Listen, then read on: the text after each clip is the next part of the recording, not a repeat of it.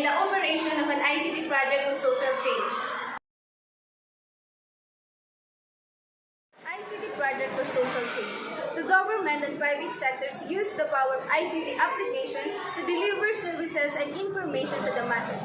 A number of humanitarian and social applications have been developed in different aspects of the social developments.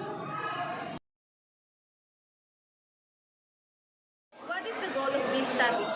The goal of this topic is to independently evaluate the performance of an advocacy via an ICT project for social change through monitoring tools and evaluating techniques such as users' interviews, feedback forms, and analytics data. Why should we care? We should care because maintaining an ICT operation for social change will enable us to stay focused on why we set up the project in the first place. ICT for GAS students and GAS teachers. For GAS teachers, ICT is used in monitoring the attendance of each student and evaluating the grades and recording the data of other students. For GAS students, ICT is used in making PowerPoints and words in accomplishing the school requirements needed. In short, ICT plays a big role in GAS students and GAS teachers' lives. How does one maintain and sustain a project?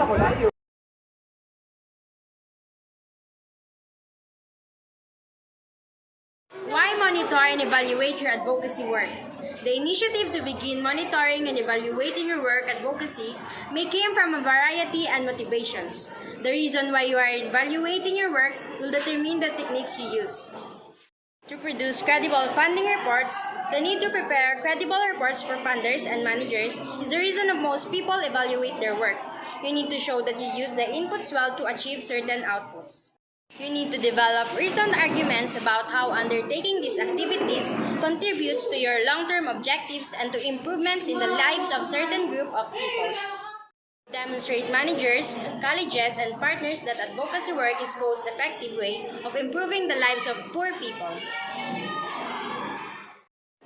How do you follow up on policy changes when you have defined them as your short-term objectives?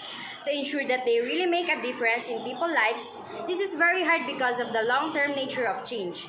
Difficult to attribute changes in policy or practice to any one organization of coalition rather than to external factors.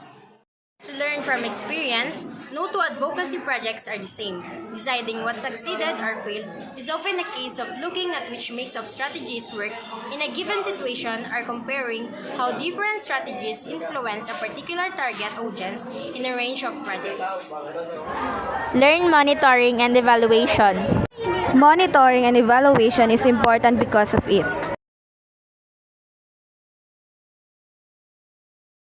Types of monitoring and evaluation. Monitoring and evaluation can be performed by different parties, internal and external. The following types would be most appropriate for your post-advocacy strategy.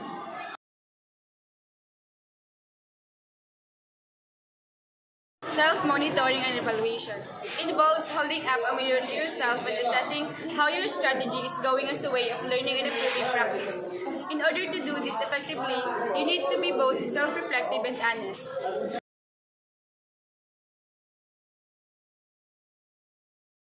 Participatory, monitoring, and evaluation draws on stakeholder experience and participation. The intention is to involve as many people with a direct stake in your strategy as possible, from partners to users or targets of your strategy.